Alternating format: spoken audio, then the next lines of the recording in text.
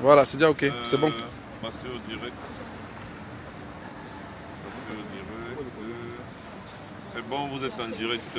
Bon, il n'y a pas encore des personnes connectées, mais c'est bon, allons-y. Mesdames, Mesdemoiselles et Messieurs, chers abonnés de ma page Facebook Ramingon officielle, bien le bonjour, et à ceux qui sont également sur la page YouTube, bonjour.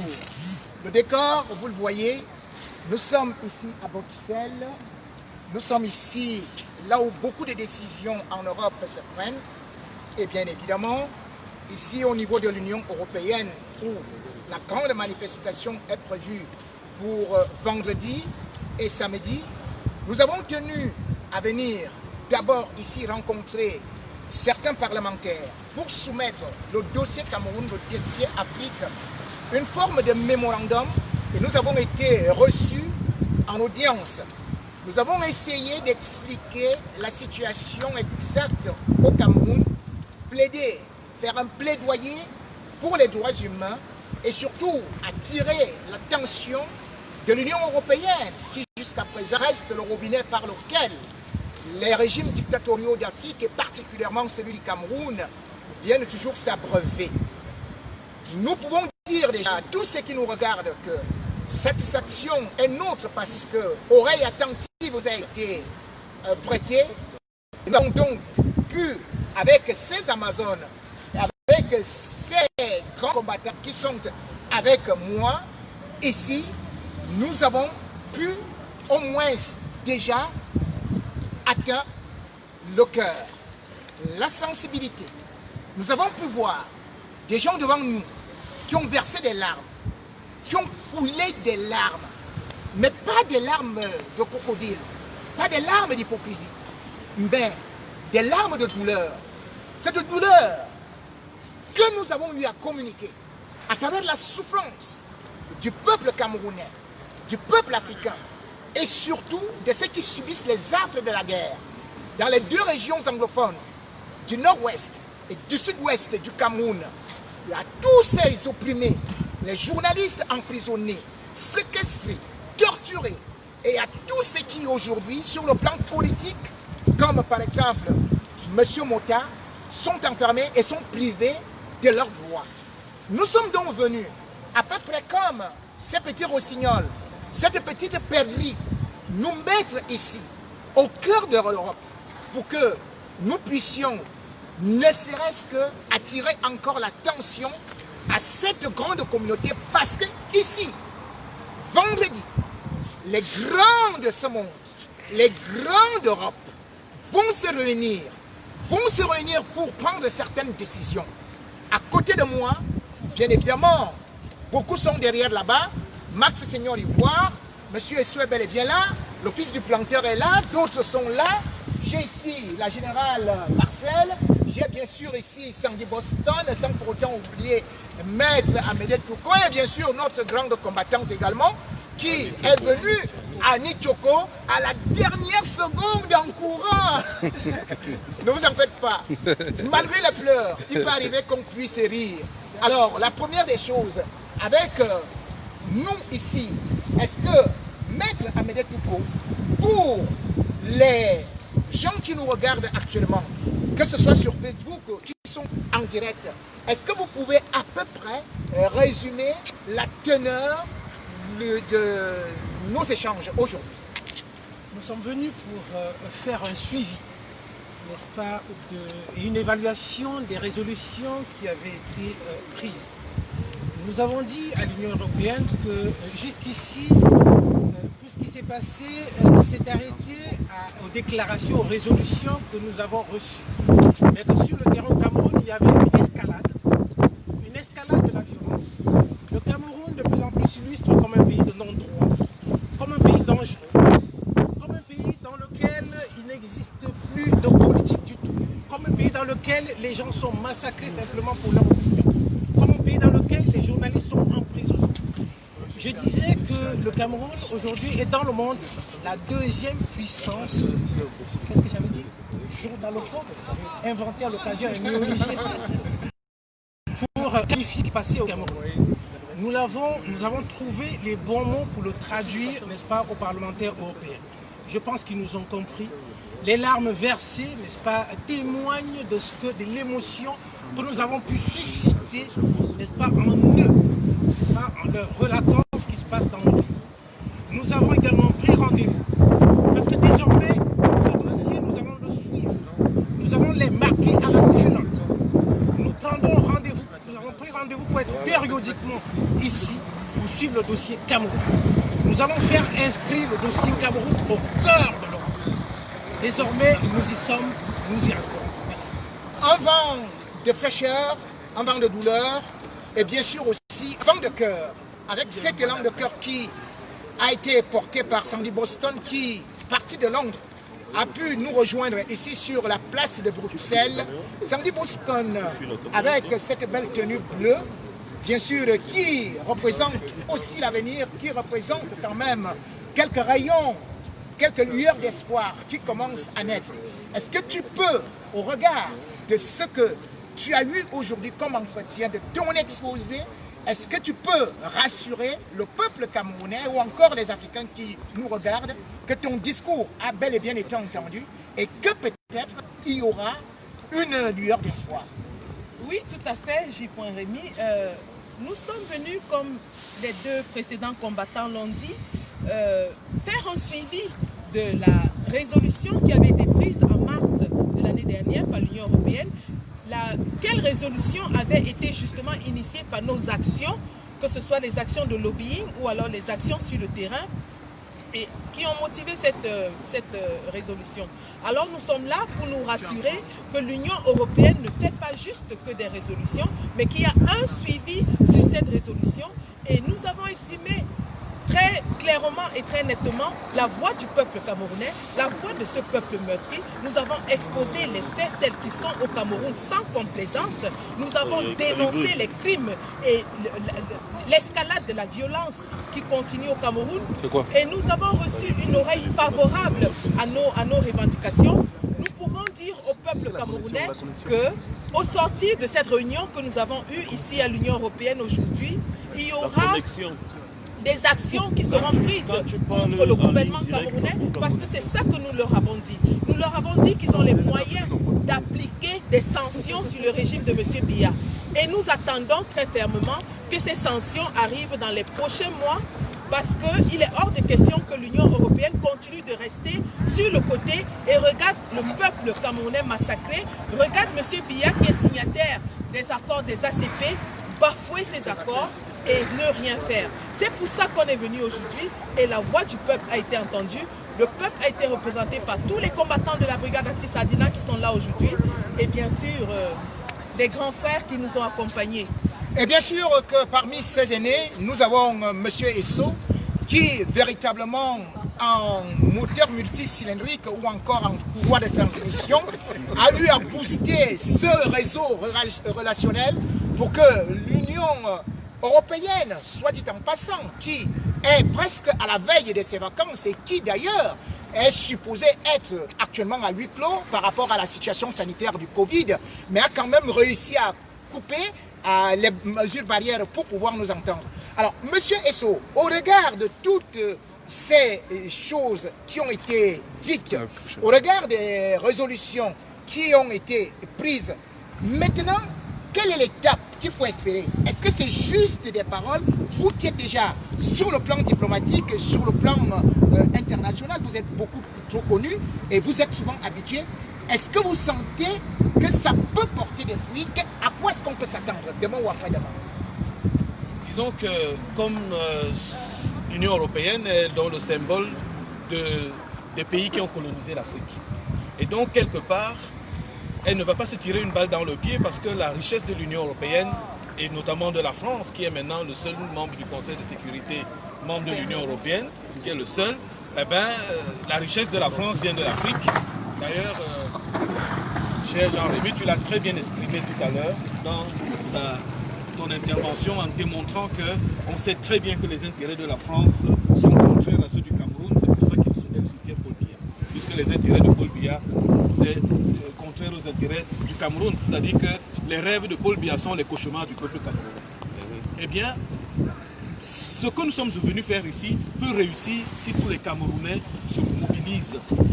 où qu'il soit, quel qu'il soit, pour que le petit travail que nous sommes en train de faire, qui est relativement insignifiant, mais en même temps, comme on a souvent dit, c'est un petit pas pour la cause, mais c'est un grand pas pour le peuple camerounais. Pourquoi?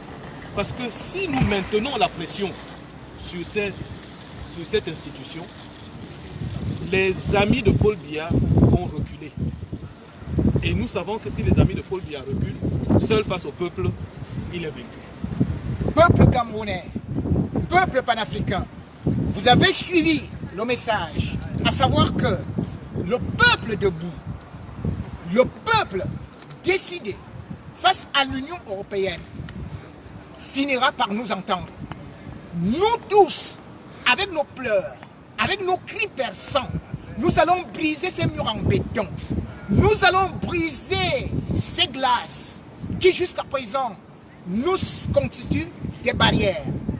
Peuple camerounais, peuple africain, c'est donc un appel à la mobilisation pour que vous veniez ici vendredi pleurer, pour que vous veniez ici manifester. C'est vrai, nous pouvons avoir des divergences d'idées, nous pouvons avoir des divergences politiques, et d'ailleurs même dans vos familles, dans nos familles, même avec nos enfants, avec nos femmes, avec nos frères, forcément nous ne nous entendons pas, forcément il y a des divergences, mais bien évidemment, quand il faut défendre nos intérêts, notre intérêt, c'est le départ de M. Paul Biya. Notre intérêt, c'est la liberté. Tous ensemble.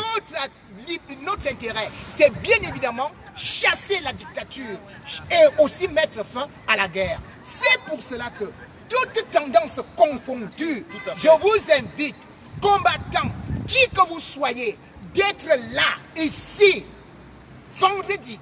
Parce qu'il y a déjà des délégations qui sont en train d'arriver ici à Bruxelles, qui ont décidé de prendre ici et de s'installer ici comme une colonie camerounaise, africaine, pour que nos cris soient entendus. Levez-vous pour que vous veniez revendiquer la liberté. Levez-vous comme un seul homme. Pas de divergence. Nos divergences, nous allons recommencer après. Parce que c'est comme ça dans la famille, où, bien évidemment, le linge sale se lave en famille. Mais ici, à l'extérieur, nous devons nous tenir main dans la main. Nous devons dire que nous sommes debout.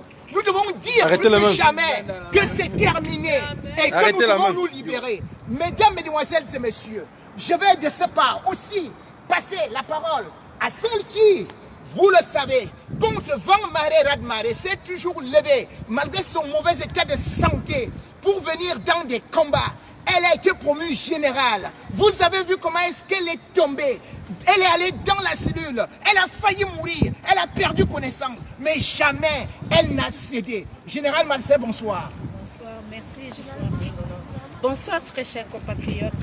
Voilà, nous sommes venus ici à l'ONU, autant pour moi l'Union européenne, pour démontrer notre colère, pour nous exprimer. Parce que nous sommes muselés depuis près de 40 ans. Nous sommes muselés. Et alors, maintenant, il est hors des questions de continuer à rester dans ce jeu-là. Nous devons nous lever tous comme un seul homme. Parce que nos enfants se meurent. Nos enfants se meurent au Cameroun. Nous ne pouvons pas laisser notre pays se détruire par ce système reptilien qui ne pense qu'à eux. Un petit groupuscule qui ne pense qu'à eux. Très chers compatriotes, laissons les guéguerres de côté, laissons la haine de côté, laissons l'hypocrisie de côté. Très chers compatriotes, tenons-nous la main. Tenons-nous la main. Nous ne sommes pas obligés d'être ensemble tous les jours, mais levons-nous tous comme un seul homme pour défendre notre patrie. C'est de ça qu'il s'agit. Nous sommes venus ici devant l'Union européenne pour leur faire entendre notre voix. Et nous avons été écoutés. Et nous allons continuer à leur mettre la pression. Parce que s'il faut que nous devenions des kamikazes, nous allons devenir des kamikazes pour défendre notre patrie. Les Oumniobe, les Ernest Wangé, les Félix Félix Moumié sont morts pour la cause du Cameroun. Montrons-leur l'exemple à nos enfants. Parce que si nous laissons ce travail à nos enfants, ils ne pourront pas le faire. C'est à nous de leur montrer l'exemple. Levons-nous pour leur montrer. Levons-nous pour leur donner, pour leur offrir un avenir meilleur. Levons-nous pour leur donner l'espoir pour l'avenir de demain. Levons-nous tous ensemble comme un seul homme. Le 17, c'est dans 2 jours. Venez nous retrouver. Nous sommes déjà là. Nous sommes là. Et c'est des sacrifices qu'on fait pour sauver un pays. Pour libérer un pays, c'est un sacrifice qu'il faut faire. Il faut se sacrifier. Il n'y a rien. On ne peut pas faire d'omelette sans casser les œufs. Donc si vous êtes au travail, déposez un RTT, prenez un jour, venez nous retrouver. Venez nombreux. Mères, femmes, enfants, pères, nos maris là. Venez nous retrouver. Nous vous attendons ici à l'Union européenne le vendredi 17. Laissez les guéguerres de côté, s'il vous plaît. Ce n'est que par amour que nous pouvons réussir à délivrer notre pays. Parce que si nous avons un Cameroun heureux demain, ça veut dire que nos enfants aussi seront heureux. Donc, s'il vous plaît, très chers compatriotes, je vous demande à genoux, venez nombreux pour montrer aux yeux du monde que nous sommes capables, car impossible n'est pas camerounais. Venez défendre votre patrie. Venez défendre votre nation. Merci, la ma patrie mère. ou la mort. Nous vaincrons. Nous vaincrons. Mais j'imagine que je me sens plus mort. Mesdames, Mesdemoiselles et Messieurs, tout en souhaitant la bienvenue au caporal Guillé Kemta qui vient de confirmer qu'il est en train d'arriver, qu'il est en route, tout en souhaitant la bienvenue au général Wangdo qui lui aussi est en train de venir avec, mais tout en vous confirmant que Calibri Calibro, elle est bel et bien là. Eh bien, Calibri Calibro, j'étais lui également à l'œuvre à l'instant. D'abord, un mot au peuple camerounais, avant que nous donnions lecture d'une partie de notre mémorandum qui a été déposé aujourd'hui. Qu'est-ce que je veux dire? Je veux dire au peuple, mes frères camerounais, nous sommes la génération qui devons changer ce pays. Le changement du Cameroun appartient à chacun d'entre nous. Il n'y a pas de super combattants, il n'y a pas de petits combattants. Nous sommes tous des combattants et nous sommes tous logés à la même enseigne. C'est l'Union européenne qui est en partie responsable de ce que nous vivons au Cameroun. Et je ne veux pas monopoliser la parole, je veux tout simplement inviter tous les Camerounais de tous bords, soucieux du changement, qu'on se retrouve tous ici vendredi pour dire non au gré à gré, pour dire non à la barbarie qui se passe au Cameroun, pour dire non à ce gouvernement sauvage, reptilien, dictatorial qui est au Cameroun. Mes frères, c'est dans l'union que nous serons beaucoup plus forts. L'union fait la force. Alors de tous bords, peu importe nos divergences face à ce monstre qui dévore tout sur son passage, nous devons tout simplement être unis. Je n'appartiens à aucun groupe. Je n'appartiens à aucune personne. J'appartiens au Cameroun. Et je sais que vous appartenez au Cameroun. Alors mes frères, vendredi, retrouvons-nous tous ici même pour faire comprendre à ses responsables et surtout pour dire à Emmanuel Macron que nous n'avons plus besoin de sa marionnette qu'il a mis au Cameroun. Nous n'avons plus besoin de Biya Bim Van Der Pol au Cameroun. Biya et son système doivent dégager du Cameroun. Et c'est le travail que nous devons faire ici vendredi. Je vous attends, je vous donne rendez-vous parce que je suis là. Et vendredi, nous serons tous ensemble. Merci la famille, merci peuple combattant, merci à vous. Soyons tout simplement unis, main dans la main. Si après, nous pouvons encore nous bagarrer, il n'y a pas de souci. Mais l'événement de vendredi, c'est l'événement majeur. C'est l'événement où nous devons être unis comme nous l'avons été à Genève, comme nous l'avons été à l'Hôtel Meurice, comme nous l'avons été partout où le Cameroun nous appelait. Le Cameroun et rien que le Cameroun. My country before. Le Cameroun d'abord. Merci, commandant. Merci. Mesdames et messieurs, tout en vous disant à ceux qui sont sur Facebook, parce que ça risquerait de se couper après, que nous allons continuer. Est-ce que vous pouvez partager la connexion avec l'autre téléphone? Regarde dans ton téléphone, tu as le petit câble, tu as le chahuton. Clou Armand Dibanke qui est également là. Mesdames et messieurs, nous vous lisons donc partiellement le mémorandum une partie du mémorandum qui a été déposé aujourd'hui. Le 18 avril 2019, le Parlement européen adoptait la résolution 2019-2691 RSP sur le Cameroun. Dans les 13 points de cette résolution, il insistait particulièrement sur le respect de la démocratie, des droits de l'homme et des libertés fondamentales, la libération des prisonniers politiques, la réforme du système du code électoral pour garantir des élections crédibles à l'avenir et l'entame des négociations entre les différentes parties autour de la crise anglophone. Plus d'une année après cet acte fort du Parlement européen, force est de constater que le gouvernement liberticide de Yaoundé n'a pas daigné accorder la moindre attention aux recommandations de cette résolution. En effet, à ce jour, 1. Concernant le respect des droits humains et des libertés, de nombreux prisonniers politiques sont toujours incarcérés, au nombre desquels 15 militants et sympathisants du mouvement pour la renaissance du Cameroun, MRC, dont le premier vice-président, M. Mamadou Yakouba. Les actes de torture, le harcèlement et l'intimidation des militants politiques et des journalistes indépendants continuent de plus belle. En juin 2020, l'opinion publique a ainsi découvert que le journaliste anglophone Samuel Ouazizi, arrêté en août 2019, est décédé depuis 8 mois de suite de torture. Malgré la reconnaissance de ce crime par le régime camerounais, aucune précision sur les circonstances ni les responsabilités de ce décès n'ont été établies.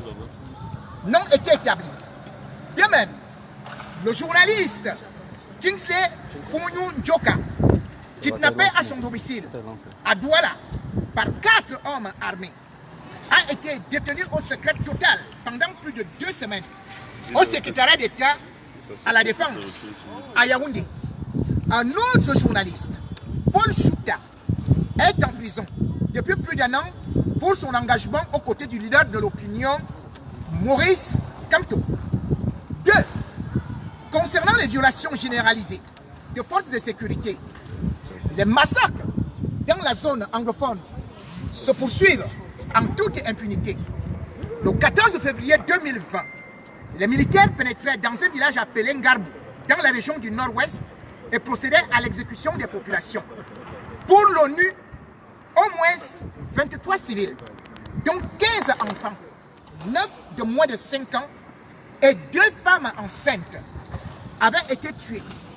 Après avoir, dans un premier temps, parlé d'un malheureux incident, afin de minimiser la gravité des actes posés par les militaires, le gouvernement, sous pression des ONG internationales, a finalement reconnu l'implication de l'armée camerounaise dans ces massacres. 3. Concernant le système démocratique, le système électoral n'a subi aucune modification depuis lors. Bien au contraire, ce système frauduleux a encore servi le régime de Yaoundé pour les élections législatives et municipales du 9 février 2019. Connectez-vous sur la page YouTube officielle de Rémi Ngono sur le direct se coupe. De l'opposition dont le MRC du professeur Maurice Kamto, qui demande également une réforme du système électoral pour un jeu électoral plus transparent et éviter les crises politiques à l'avenir. Ces élections ont connu, disais-je, un taux d'abstention de 70%, en forte hausse suite au taux déjà bien élevé des scrutins successifs depuis 1997. Point 4. Concernant la résolution de la crise anglophone, le grand dialogue national organisé depuis novembre 2019 sur injonction du président de la République française, M. Emmanuel Macron, selon ses propres indiscrétions, fut un échec total du fait du refus des principaux mouvements séparatistes engagés sur le terrain et leur leadership d'y prendre part. Jusqu'à ce jour, les négociations officielles pour un cessez-le-feu entre ces différentes parties n'ont toujours pas eu lieu. L'annonce récente d'un début de discussion a d'ailleurs très vite été rejetée par le gouvernement camerounais qui confirme ainsi que l'option militaire qui a pourtant causé jusqu'ici de nombreuses pertes en vie humaine de part et d'autre, ainsi que de importants dégâts matériels, reste son choix principal. Face à cette situation,